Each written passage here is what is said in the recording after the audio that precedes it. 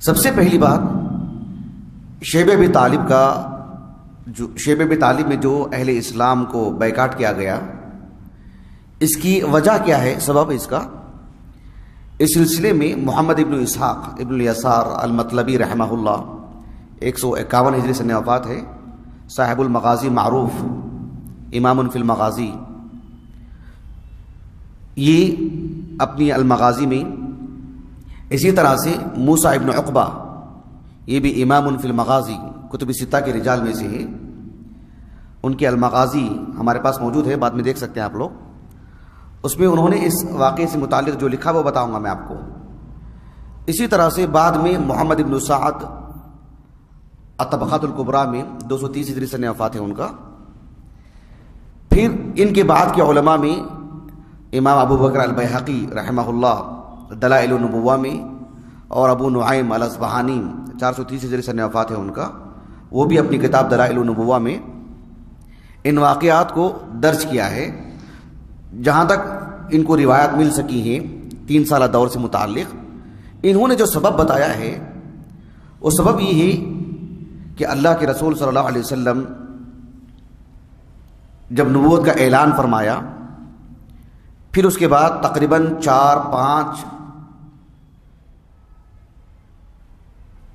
4ویں یا 5ویں سال نبوت کی، آپ نے لوگوں میں دعوت کو خوب عام کیا، اور لوگوں نے بھی اسلام قبول کرتے رہے۔ ایسے میں کفار کی طرف سے ہر طرح سے تکلیف دی جانے لگی۔ آپ علیہ السلام نے حبشہ بھیجا، پھر ایک وقت آیا کہ اللہ کے رسول صلی اللہ علیہ وسلم نے مسجد حرم میں سورۃ النجم کی تلاوت کی، مسلمانوں کے ساتھ کفار بھی سجدہ میں پڑ گئے۔ ایک غلط خبر یہ پہنچی حبشہ میں کہ سب کے سب کفار مسلمان ہو چکے ہیں، سب قریش مکہ مسلمان ہو چکے ہیں۔ اس خبر کی وجہ سے لوگ لوٹ کر کے آئے۔ پھر جب بات معلوم ہوئی کہ نہیں، قرآن مجید کا وہ اثر تھا کہ جس کی وجہ سے وہ سجدہ میں پڑ گئے تھے، تو وہ دوبارہ حبشہ گئے، اور ساتھ میں کئی مسلمان اور بھی زائد تعداد میں حبشہ چلے گئے۔ حبشہ جانے کے بعد انہوں نے عمرو بن عاص کو اپنا وکیل بنا کر کے بھیجا۔ بادشاہ مطمئن نہیں ہو سکے حبشہ کی، مسلمانوں سے متعلق انہوں نے نرم گوشہ رکھا، انہیں سالمیت عطا کی اور انہیں امن و امان عطا کیا۔ مسلمان وہاں پر امن و امان سے تھے، ان کی ہزیمت ہوئی، شرمندگی ہوئی، تو یہ ان کے اندر ایک طرح کا غصہ تھا کہ مسلمان حبشہ میں کامیاب ہیں، امن کے ساتھ ہیں، اور یہاں پر عمر بن خطاب اور حمزہ بن عبد المطلب رضی اللہ عنہما کا قبول اسلام بھی ان کے لیے بہت ہی خلق کی بات تھی۔ خلاصہ کلام یہ کہ جب ہر طرح سے ان کو ناکامی ہو رہی تھی، اب انہوں نے ٹھان لی کہ اب محمد کو علیہ السلام قتل کرنا ہی چاہیے۔ اس کے لیے انہوں نے بنو ہاشم سے اتنی بے حیائی تھی، ان میں اتنی بے شرمی دیکھی، انہوں نے بنو ہاشم سے جا کر کے کہا کہ ہم محمد کو قتل کرنے کا ارادہ رکھتے ہیں،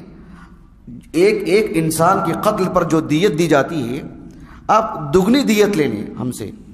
اور بھی زائد لے لیں، لیکن ان کو ہمارے حوالے کر دیں، ہم ان کو قتل کر دیں گے۔ تو بنو ہاشم کسی طرح سے بھی یہ سودا منظور نہیں کیا، جس کی وجہ سے انہوں نے ایک صحیفہ تیار کیا اور اس میں کچھ باتیں تحریر کی۔ اللہ کے رسول صلی اللہ علیہ وسلم اور آپ کے صحابہ کو بائیکاٹ کی دھمکی دی گئی، اور یہ فیصلہ عام کیا گیا کہ ان سب کو بائیکاٹ کیا جائے گا۔ ایسے میں بنو ہاشم کے مسلمان تو تھی ہی، کفار بھی، جن میں جو خونی حمیت تھی، اس وجہ سے وہ بھی ان کے ساتھ تھے۔ تو یہ بائیکاٹ کا ایک پس منظر ہے جو میں نے آپ کے سامنے رکھا۔ حافظ بن حجر رحمہ اللہ نے فتح الباری میں لکھا کہ نبوت کے 7ویں سال